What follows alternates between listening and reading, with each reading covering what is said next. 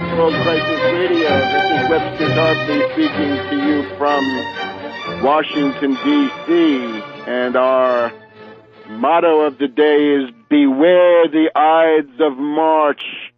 This is extended to the hapless Arseny Yatsenyuk, who confabbed with Barack Obama yesterday, that is to say the 13th of March at the White House. Today is the 14th of March. Tomorrow, the 15th, the Ides of March. They're upon us. And then on the 16th, the referendum on whether Crimea will join the Russian Federation. And given the fascist gang in Kiev, and given the brutal genocidal austerity that's being dished up by the International Monetary Fund and obediently swallowed by the puppet Yats. So he's got the U.S.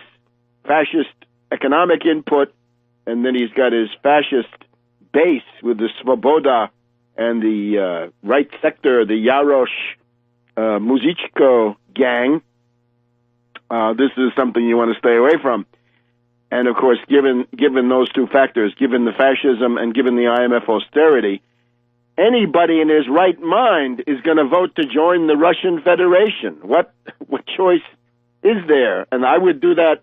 That's quite independent of whether you're a Ukrainian ethnic or speaker or Russian or Turkmen or Tatar or anything. This is simply beyond the pale.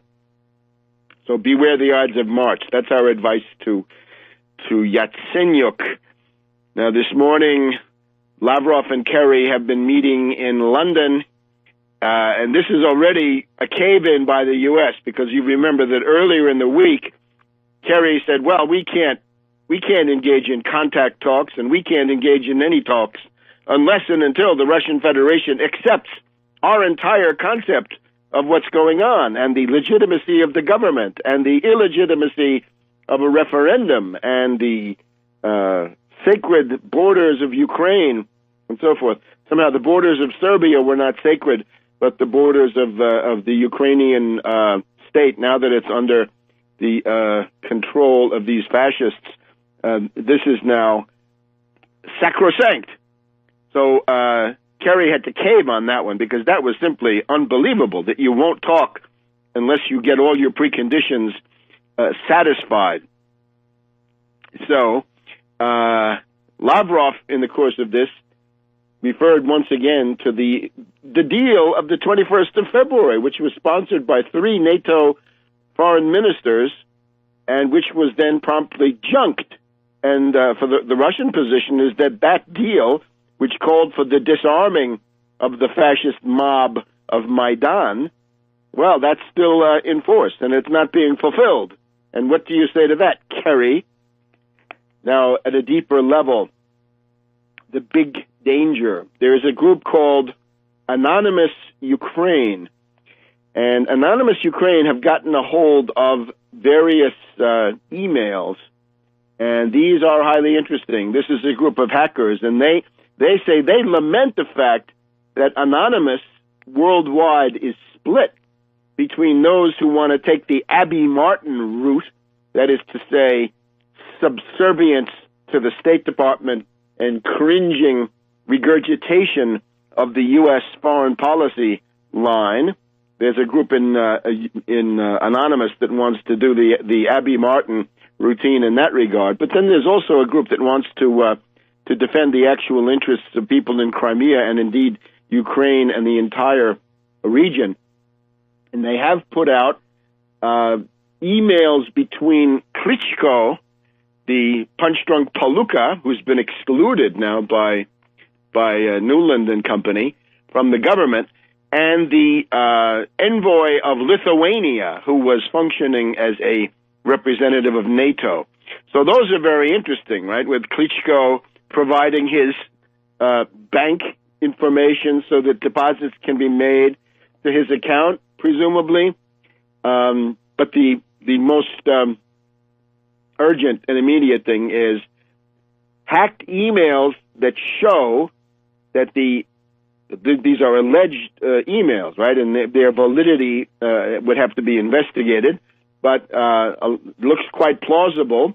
And this theme, whether these emails are plausible or not, this theme is highly relevant because this is exactly what you'd expect NATO to do.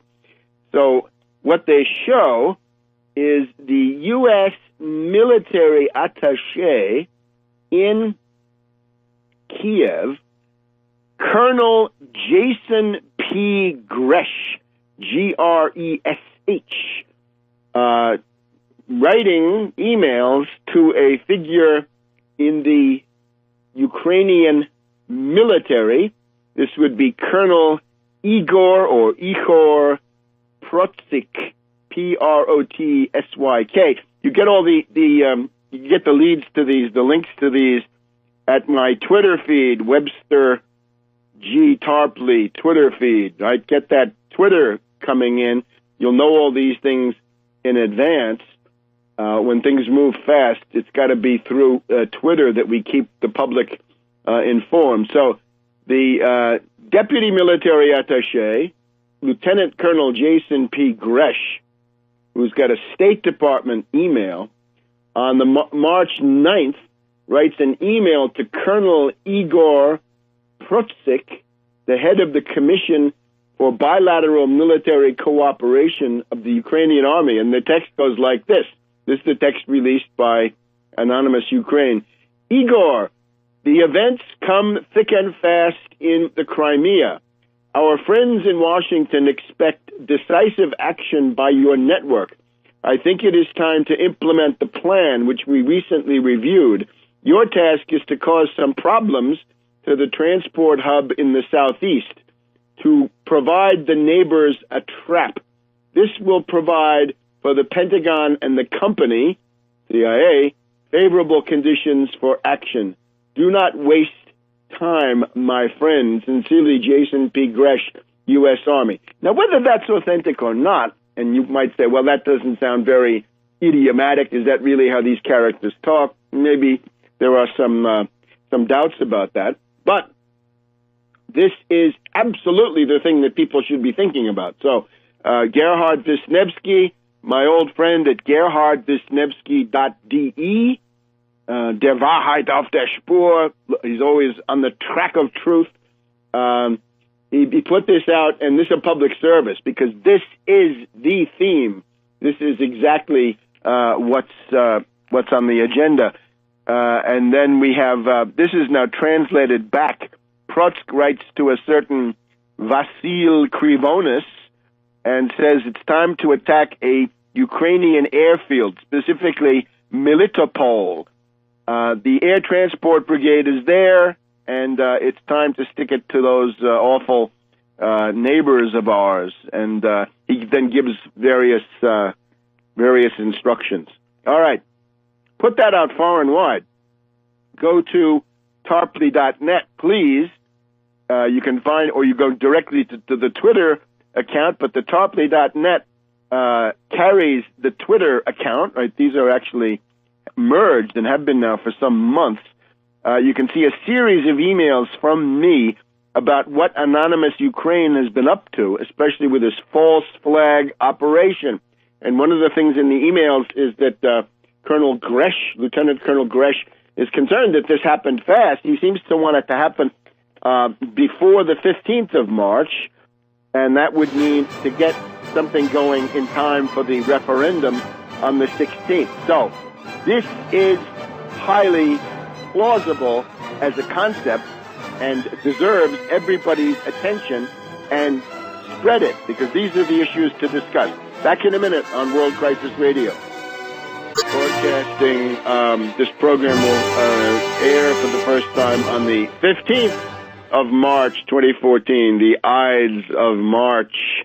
And that's for Yatsenyuk, right? You might say, Jan Yatsenyuk hath a lean and hungry look. He's an austerity ghoul. He was actually born near the Romanian border, so some influence of Count Dracula is not to be ruled out. Lavrov and Kerry in London this morning have agreed to, agreed to disagree. This was simply, I think, an application of Richelieu's famous dictum. It's good to negotiate with everybody all the time, under whatever circumstances. You always learn more. You always make yourself stronger if you negotiate. We want to keep the question of the false flag prominent. This is absolutely plausible at this time. Now, in terms of what's ahead, overnight and in the past couple of days, we've had these disorders in cities of the eastern Ukraine, which are not part of the Crimea. This is the famous Donetsk, Donbass. And I must say, when I was in grade school already, I was tremendously impressed by the industrialization of this area. This went from something that was not that significant to being one of the greatest concentrations of coal and steel anywhere in the world. And that was done under the Soviets. That was done under the 5-year plan, under Stalin. And without that, it might have been impossible to prepare for the onslaught of Hitler, and therefore this area is essentially populated by ethnic Russians. Now, in cities like Donetsk, there's also Kharkov. There's Dnepropetrovsk, I think with the large dam. Lugansk or Luhansk in Ukrainian. All of these places have had various kinds of altercations between the largely Russian population and the representatives of these blood-sucking oligarchs that have been sent in. One of the oligarchs who has been sent in is somebody who's got a reputation for essentially junking, right, for asset stripping various parts of Poland, and he obviously wants to do this in this tremendous industrial concentration of Donetsk and the Donbass, the Don Basin. So there's a great desire not to let him do that. There's a regional austerity, a regional looting, a regional asset stripping, which is planned for this area, right? They're going to be targeted especially, right, compared to some other areas. And 1 or 2 people were killed overnight in Donetsk. Now, if chaos and, above all, violence against Russian, ethnic Russians, Russian citizens, Russian speakers is allowed to go on, then that, of course, gives an occasion, some ways generates the need, for the Russian army to step in. This is nothing new. International law has always had this feature that if there's chaos along your border, if the neighboring country is descending into chaos, then your forces are authorized to intervene to restore order, to restore law and order. But they generally say to restore order. And this has been cited many, many times. If the Ukrainian government is so impotent and so hated that it cannot make its writ run in those cities that we've just mentioned, then somebody will have to step in and provide law and order. And this, of course, would be another point for hysterical outbursts by the Western imperialists. But I urge people, do not surrender to that kind of lunatic stuff. One who has obviously gone off the deep end is the pitiful Madame Merkel of Germany. She gave a tirade in the Bundestag the other day, essentially saying, I feel threatened, right? You can imagine her singing, I feel threatened, to the tune of I Feel Pretty from West Side Story. I feel threatened, oh, so threatened. Maybe we can work on that, right? She feels threatened, and she says that one of the words that pops out in the speech is catastrophe, that a catastrophe might occur?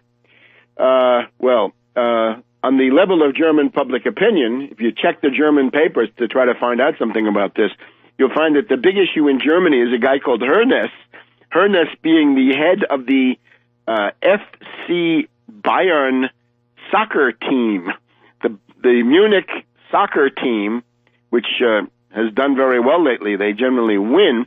It was news when they only tied the other day. But this character has withheld 20 to 30 million euros of taxes.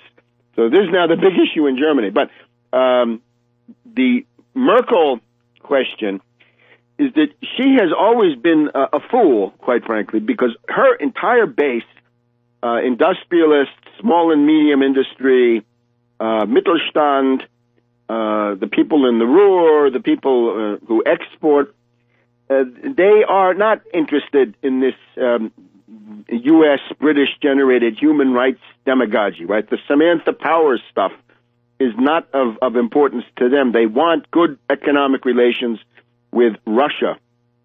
And she is threatening that now with her hysterical outburst. I would point out to Merkel, if Putin had created a puppet state in Austria, right? We might say Austria, a rough comparison, Russia, Ukraine, Germany, Austria, right? Similar language, same language, have been united, have been separated. Or suppose Putin offended Hollande by taking over Belgium, right? Same story, right? Same language, similar language, have been united, have been separated at different times. Or suppose Putin took over Portugal, right? And that would freak out Rajoy in Madrid. Again, similar language, have been united, have been separated, and so forth. What I'm trying to stress is that what Putin is doing is overwhelmingly defensive.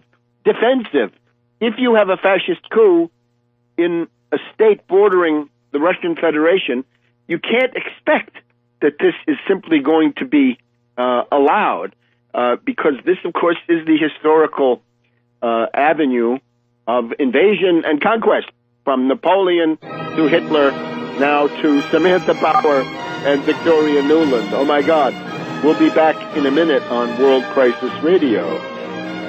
Welcome back to World Crisis Radio. So it's the Ides of March 2014. Watch out, Gatsenio Kanibok, Yarosh and company.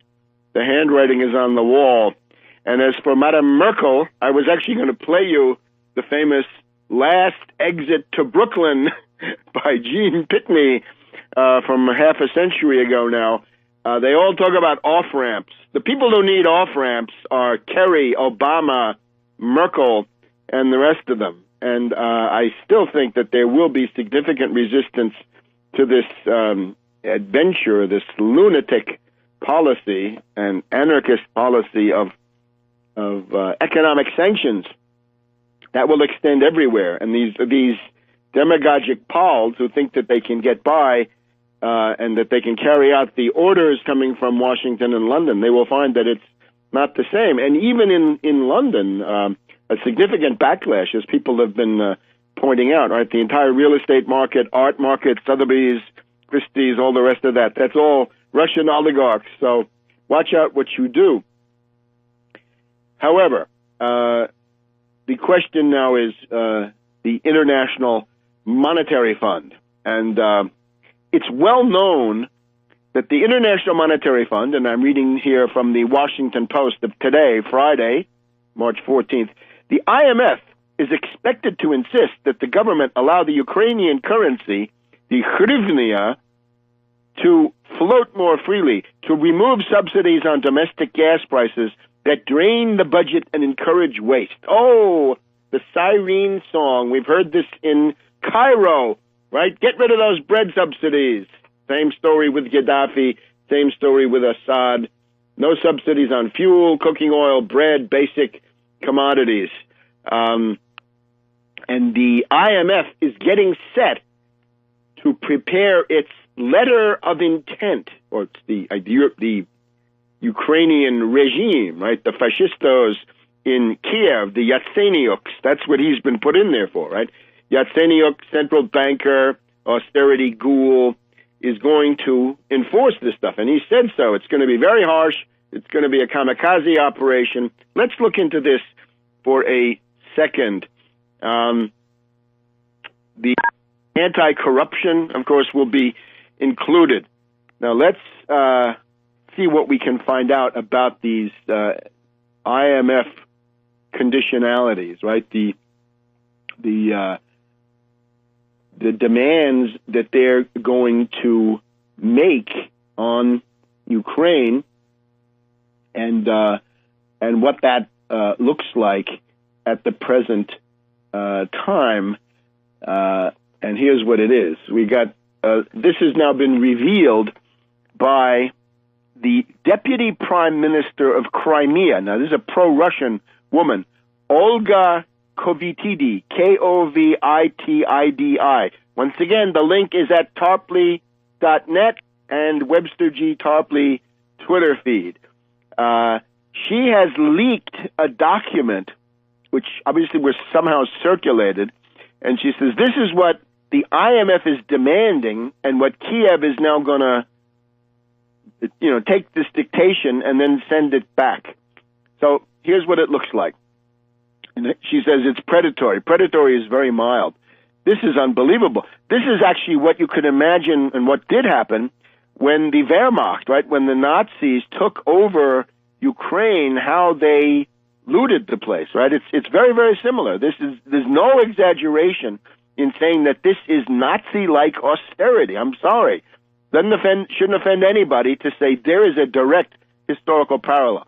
So the tentative agreement, IMF and Ukrainian Yatsenyuk regime, as of March 2nd, the entire gas pipeline system of Ukraine will be handed over to Chevron Oil for nothing, as the mafia would say, for free. The entire gas pipeline system. Now, these are three principal large pipelines that take natural gas from Russia and transfer it into Western Europe. Now, there is that Nord Stream, which delivers a significant quantity of natural gas down the bottom of the Baltic, right, from Russian territory to Germany. Here, the Ukrainian fascists cannot do anything. And as a matter of fact, the Nord Stream is a direct response to the sabotage activities of these Ukrainians, essentially Timoshenko, in the past. But there are still three big pipelines that go through, and all of that is just going to be given to Chevron.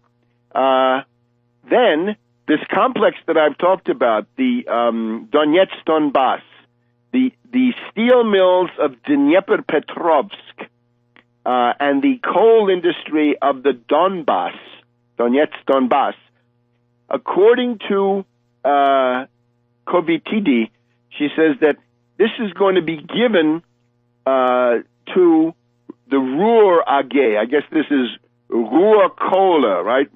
Ruhr Coal Corporation of Germany. The 50% of its controlling stakes in those are simply going to be given to Germany, right? So that's their share of the cut. And the coal. So the steel and the coal are going to be transferred to Ruhr, partially through the Ruhr subsidy in Finland. This is coming through Interfax. Now, let's just stick to the economics.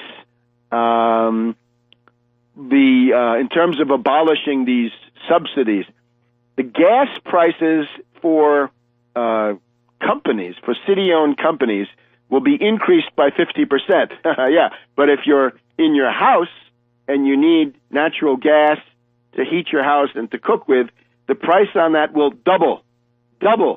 Unbelievable. So the price of gas doubles. How about electricity? The electricity bill goes up by 40%, and that includes electricity which is sold en bloc to apartment houses, right, where you don't get an individual bill. Gasoline excise tax goes up by 60%, 60. The fares on public transportation go up by 50%. And true to the IMF, the prenatal care, right, in this dispatch, it's called state support for childbirth. It means prenatal care for expectant mothers and then support for the actual delivery. That's going to be ended, finish. And so far, in many cases, textbooks in schools are free. That will be ended. The rural Ukraine has been partially exempted from the value-added tax. That's going to end. They're going to have to pay the full tax. And value-added tax will be placed on medicines, which will increase prices and bring down the standard of living, according to Kovitidi. Now, the farmland. Right now, the ownership of farmland is frozen. There's a moratorium on the sale of farmland. Appalling, as she says now, what they're going to do. This is the Black Earth region, right? Ukraine, potentially the breadbasket of Europe and far beyond. Black Earth, great soil. This is now going to be freed up. It's going to be sold. It's going to be sold to foreigners. And the Ukrainians are going to be driven off the land. All of those peasants are going to be shafted. Well, you see. In the question of defense, let's get back to that. The Kiev regime says that they're going to give land near Kharkov, right up on the Russian border, for U.S. missile defense systems, ABM systems, and a U.S. Air Force base with a wing of American fighters to provide cover to defend the ABM, the missile defense installation. This is a recipe for genocide. And we'll be back in a minute on World Crisis Radio. Welcome back to World Crisis Radio. We had a banner unfurled by the Answer Coalition people at the White House on Thursday when Yatsenyuk was in there. I'm very puzzled by the behavior of the Answer Coalition. We of the United Front Against Austerity were demanding to know from them, were they going to do anything on Wednesday night? And they said, yeah, we'll tell you essentially at 6 o'clock on Wednesday. Then we would have been able to organize some kind of a turnout, but they kept all of this under wraps until 1 p.m. on Thursday afternoon, and then they announced that there would be a protest banner unfurled at 2 p.m. So you can't get down there from anywhere in D.C. in an hour. So they unfurled the banner. But this is a very strange behavior, which I would suggest sectarianism, I must say. As of today, that is the 14th, we want to point your attention, even though this is already this is going to be over with by the time we get on the air. But the International Action Center, this is Ramsey Clark, International Action Center, organizes a protest in New York on Friday, March 14th, this afternoon, 5 to 6 p.m. at the CNN headquarters, 10 Columbus Circle, right, Broadway and 59th, and a march down Broadway to Fox News at 49th and 6th. And this is Ukraine, no to another U.S. war, urgent call for actions between March 10th to March 17th. And I urge people to help build these events. Attend them, sure, but also help build them. And if you come across any, please send me a notice, right? Please let me know what's going on.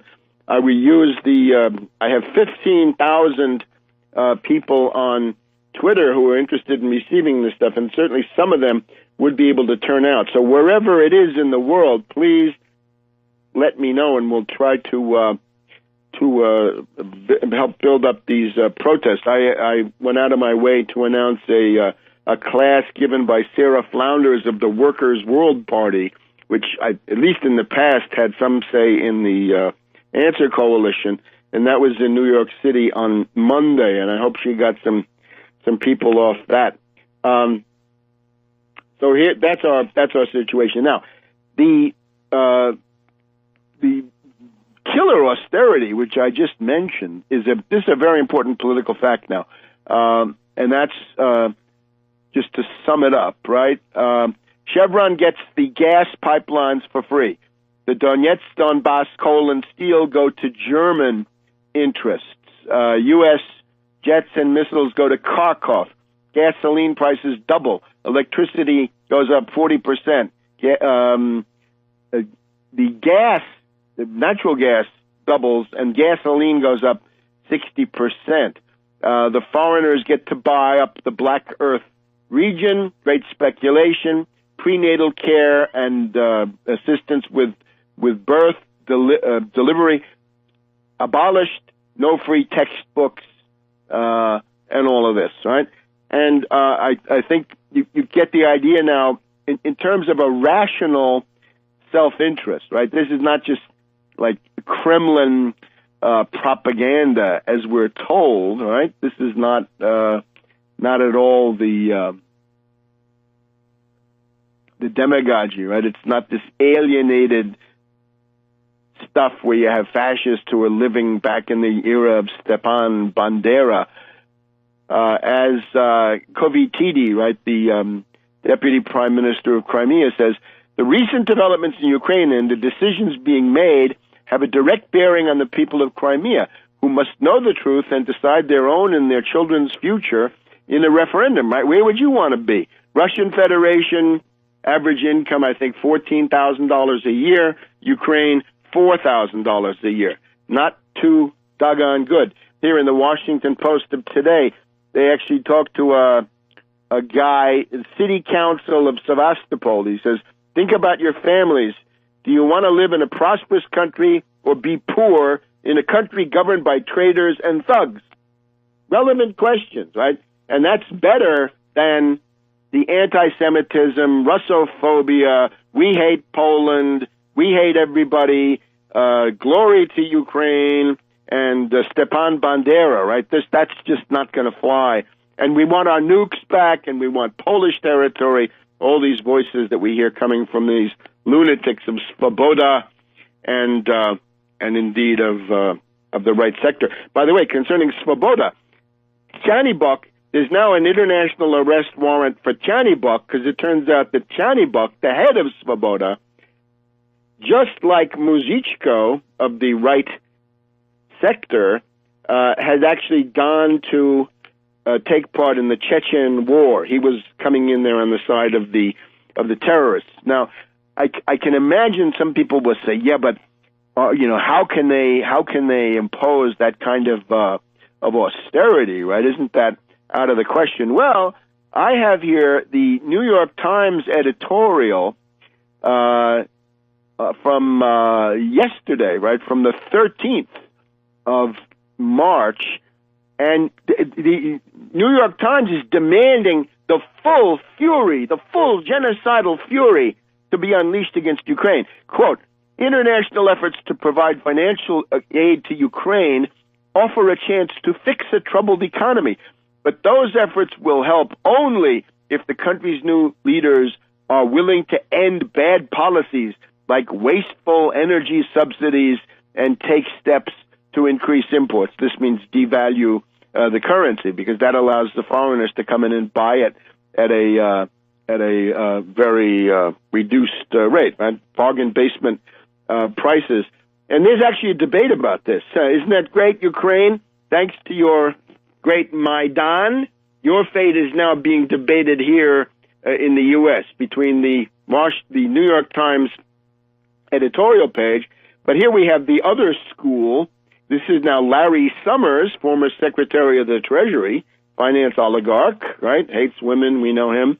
Monday, March 10th, Washington Post op-ed. He's basically saying watch out, don't overdo it. Social safety nets need to be strengthened before subsidies on items such as food and fuel are removed, not afterward, as has been the case. The international community, says Summers, needs to understand that even when the conditions it imposes are economically rational, that's debatable, Larry, they may be more than the political process can bear. It is no use blaming the country being assisted when this results in the adoption of bad policies. This is surely a time for political concerns to trump technocrats' fears. Of course, the technocrats are the austerity ghouls, but you get the idea. And this, I think, this is precisely where we're headed. I say that if the current fascist regime of Yatsenyuk in Kiev continues on this, as he says, kamikaze, harsh course, right, as the New York Times is demanding, and as this leak from the Deputy Prime Minister of Crimea seems to indicate, if they do that, they will blow up this entire situation. In other words, Ukraine will go into another round of complete destabilization, and it will be just about impossible for the Kiev clique to maintain itself. And I say this also because if you go back, and I wanted to devote more time to this, but we just don't have it, I recommend that you take a look at a book called The Tragedy of Russia's Reforms, Market Bolshevism Against Democracy, by Peter Redaway and Dmitry Vasilyev-Glinsky, with large parts written by me, as I have pointed out, as indeed the preface states. One of the things that destroyed the Soviet Union was Yeltsin declaring shock therapy in October 1991, and we'll be back in a minute. Welcome back to World Crisis Radio. This is Webster Tarpley in Washington, D.C. And watch out for those false flag operations. You get the whole story on my Twitter feed, Webster G. Tarpley, which you can best access through tarpley.net, tarpley.net, your headquarters to follow this crisis. Now, we've gone through this brutal, genocidal IMF austerity program for Ukraine. Certainly, if that's going to be the future, then you got to get out of that, right? You got to get out from under the IMF, and Russia would at least be some guarantee against it. What I would argue, though, is that if the Yatsenyuk, who is a complete puppet and can hardly say no, even Timoshenko could maneuver a little bit, but Yatsenyuk, complete creature of Newland, you're going to have the breakup of Ukraine, and inevitably, if the central government in Kiev goes for that. And my reason for that is, again, if you look at the Redaway and Glinsky Tragedy of Russian Reforms from the year 2000 or 2001, remember that Yeltsin in Moscow announced shock therapy in October of 1991, right? Yeah, the August 1991 attempted coup d'etat by the old KGB military-industrial complex government and so forth, the coup d'etat of the 8 or 9, how you want to count them. And at that point, that's pretty much sealed the doom of the USSR, which did not need to happen. Remember that in that coup, the leaders of the 15 republics, with the exception of the Baltics and the Caucasus, but places like Ukraine, Uzbekistan, Azerbaijan, and so forth, they supported the coup against Gorbachev. But after that, when Yeltsin emerged as the victor with U.S. help, as Glinsky and Redaway note, what happened then was the independence of these Union republics came right after the August 1991 coup, and they decided, these oligarchs in the various republics, hang on to power by declaring the independence of their republics during the first days after the coup, even though they had earlier attacked Yeltsin and the democratic movement in Russia for allegedly wanting to destroy the USSR. So there was no mass base for this. The disintegration of the USSR was not the result of national liberation of colonies against empire. Maybe in the Baltics you could argue that. But one reason was that it was simply done by the nomenclatura, right, the oligarchy, and there was no important figure who was willing to oppose that. What could have been done, and this would have been a way to keep the world from going out of balance in the way that it has, is that you could have had the USSR survive minus the three Baltics, right? Minus Latvia, Lithuania, Estonia, minus Georgia, minus Azerbaijan, perhaps minus Armenia. That's a little bit less certain. So minus the Baltics and minus the Caucasus, but with Russia, Ukraine, Belarus, and the 5 Central Asians and Moldova, right? That would have been what remained. And the big question was Ukraine. And you'll remember that in the spring of 1991, 75% of Ukrainian voters voted to stay in the USSR. 75% of the Ukrainians wanted to stay in the USSR in the spring of 1991. And it was only then the August coup and indeed the shock therapy which changed that. So shock therapy destroys countries, and what's being proposed here is another round. It's like a second round of IMF shock therapy imposed by Yatsenyuk and Nuland, and that's going to break the place up. And at that point, the pieces will be up for grabs, and this is dangerous. Now, just a sideline, when you look at somebody like Nuland, right, you wonder, where does this person come from? The Washington Post of March 6th carries a obituary of her father, the surgeon Sherwin B. Nuland, and what we find here is that this is a family coming from a very poor Jew who immigrated to New York City. His father was Shepsel Ber Nudelman, who became Sherwin Barnard, but Dr. Sherwin Nuland, who died at the age of 83 earlier this month, it turns out that the grandfather had chronic syphilis, and then Sherwin Nuland, after he got his medical degree from Yale, in the early years of his career, Dr. Nuland went into a depression so severe that a lobotomy was considered.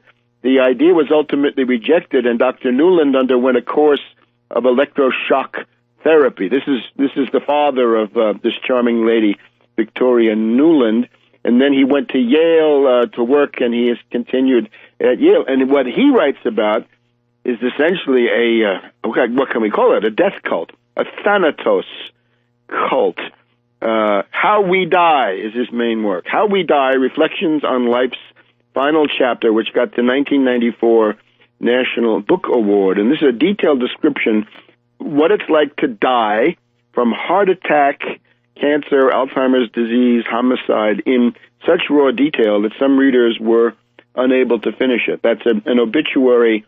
I read all this from the Washington Post, Thursday, March 6th. So maybe that's some idea where she comes from, a somewhat troubled family background. Now, Anne Applebaum, Mrs. Sikorsky of the Washington Post, right, the wife of the Polish foreign minister, who seems to have been the key guy in that abortive 21st of February deal that was key in the coup, right, a coup operative.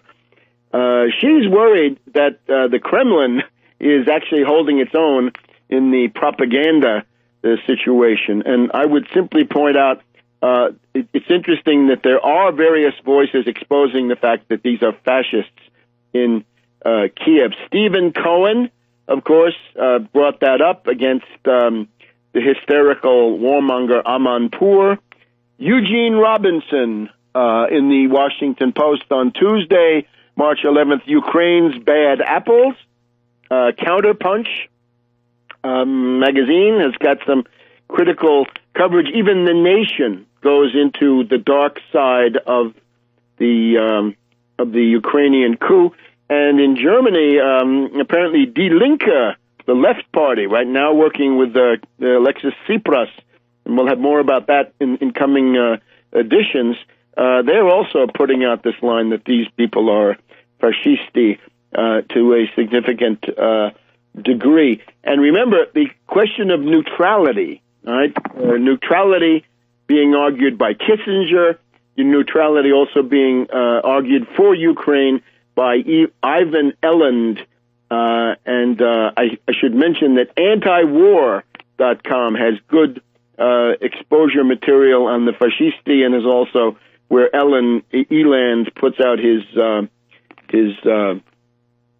column arguing for neutrality. Remember that in 2010, Ukraine voted for neutrality, right? That became a law, that they became a neutral state. And I think that's where the heart of the people are. Notice that Yatsenyuk and company put out a call to mobilize the reserves, and we're told, and we repeat what we reported a couple of weeks ago, that the turnout is like 2 to 3% of the reservists have shown up. Basically nobody. And we'll get to the American view in just a second on World Crisis Radio. Welcome back to World Crisis Radio. Ukrainians, as just mentioned, voting with their feet, not showing up to be mobilized, right? Conscripted, mobilized, and sent to the front. They do not want to be. And that's the fact that the mobilization call coming from Yatsenyuk and the defense minister, right, and the defense council, who are basically from the fascisti, the open ones, nobody's showing up. As a matter of fact, it appears to me that the call to mobilize the reservists has now been issued a second time this past week, after being issued almost immediately following the 22nd of February coup. It's gone out again. And the news accounts of the second issuing don't mention the fact that it has already been tried and it essentially failed. So Ukrainians not too doggone enthusiastic about the idea of fighting and dying for the likes of the exterminating angel of austerity, Arseny or Arsenic Yatsenyuk. Not so good. Here in the United States, got a poll, 56% of Americans, 56%, clear majority, don't want anything to do with Ukraine. But out of Ukraine is the message. 29% are tending towards the warmonger camp, and 15% don't know.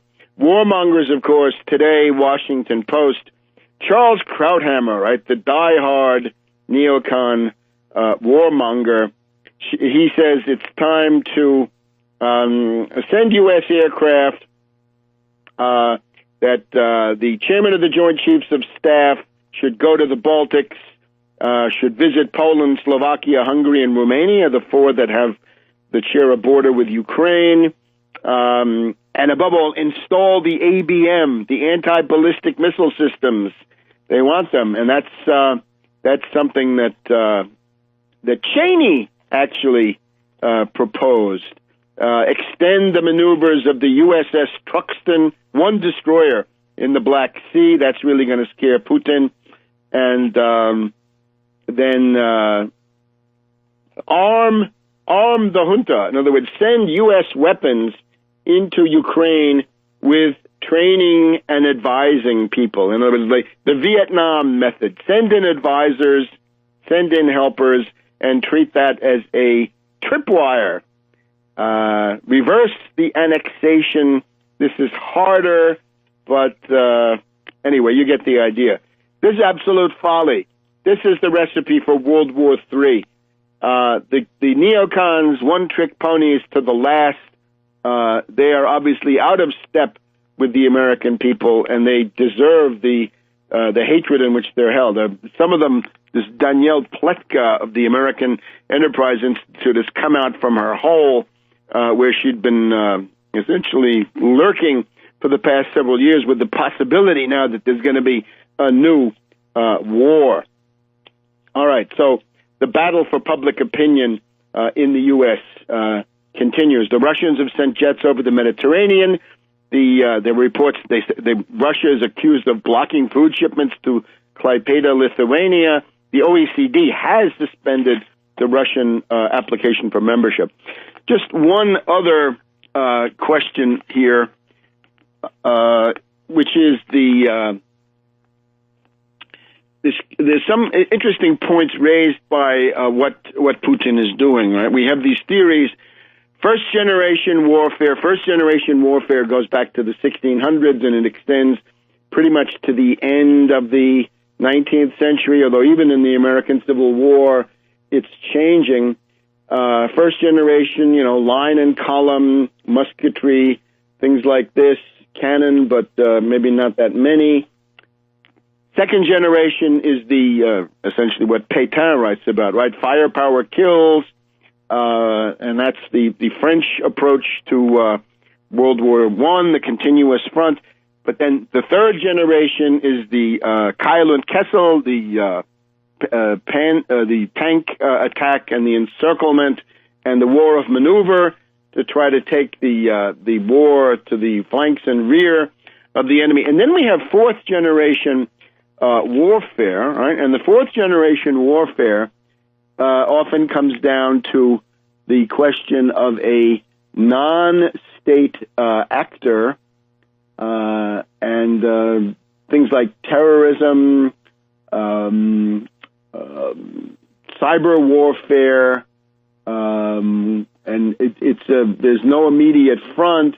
Political, psychological, cultural factors loom very large. Media warfare, low intensity conflict, and so forth. Now, the question is, when you look at what Putin has been able to do in Ukraine, the question is, first of all, has he found a system which is adequate to defeat the color revolution? In other words, the essence of the color revolution is that this is fourth generation. It's a very advanced form of fourth generation warfare. And here, the Washington Post, Monday, March 10th, Molly McHugh and Gregory Maniatis.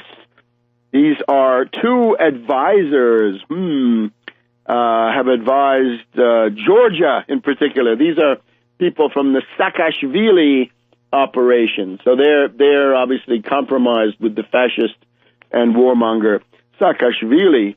But what they point out is it's a mistake for Kerry to say that the invasion of Crimea is 19th century behavior. They say, no, Putin has not miscalculated. He is waging 21st century warfare. So he spent months deploying, in the past, the traditional means, but psychological warfare, cyber warfare, and then this force, this anonymous, unnamed military force, which comes forward with no insignia and then dominates the situation. Now, these characters, obviously hostile to Putin, they argue these tactics create a chaos which Putin controls, a status quo that allows him to influence the politics and policies of Ukraine. Yeah, sour grapes. That's what you try to do with color revolutions, and now with this second generation of color revolutions, right, with the fascists being prominent. So what does that leave us with? Up to now, color revolutions have been defeated, most notably, I think, the Cedar Revolution in Lebanon, defeated by Hezbollah, right? The organized power of Hezbollah was sufficient to turn back the attempted Cedar Revolution, which would have been a very bad step for Lebanon. In this case, I think we might say that Putin has come upon a combination of factors which allows him to defeat the color revolution second generation, which has been imposed on Ukraine. We'll have more about that in just a minute. Welcome back to World Crisis Radio. This is Webster Tarpley here in Washington, D.C. So we've attempted to do justice to the Ukrainian front.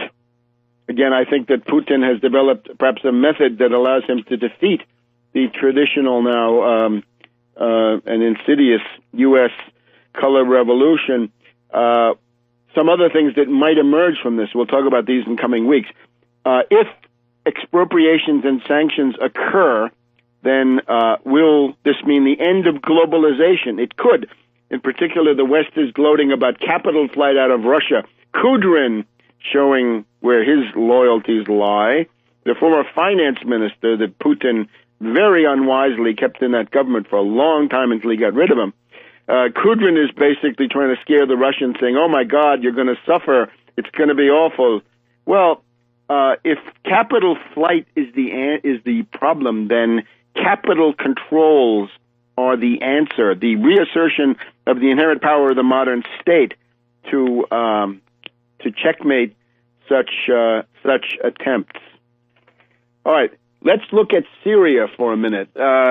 Interestingly, the Washington Post here of Saturday, almost a week ago now, March 6th, big headline on that Saturday: Assad making the most of division over Ukraine. U.S. focused on rift with Russia.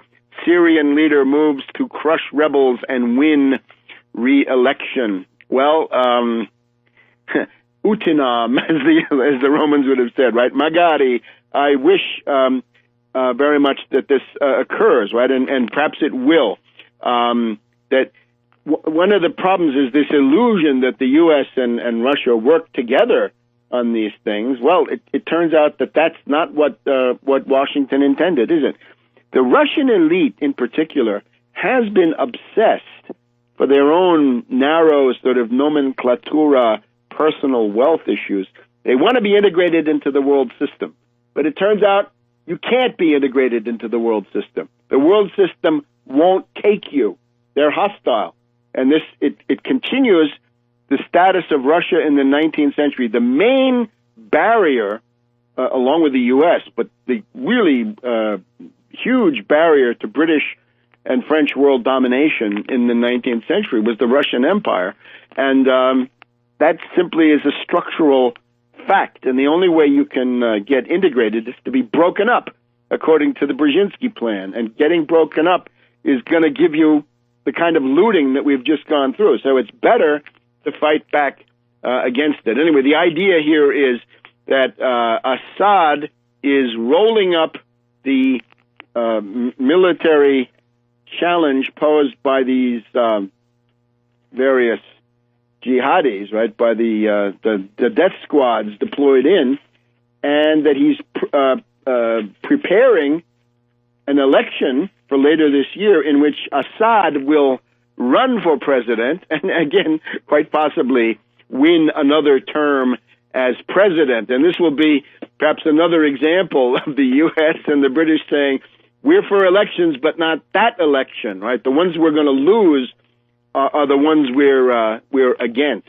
So this would be good news. And the anti-Syrian front is now cracking. That would be the Saudis are in a big fight with Qatar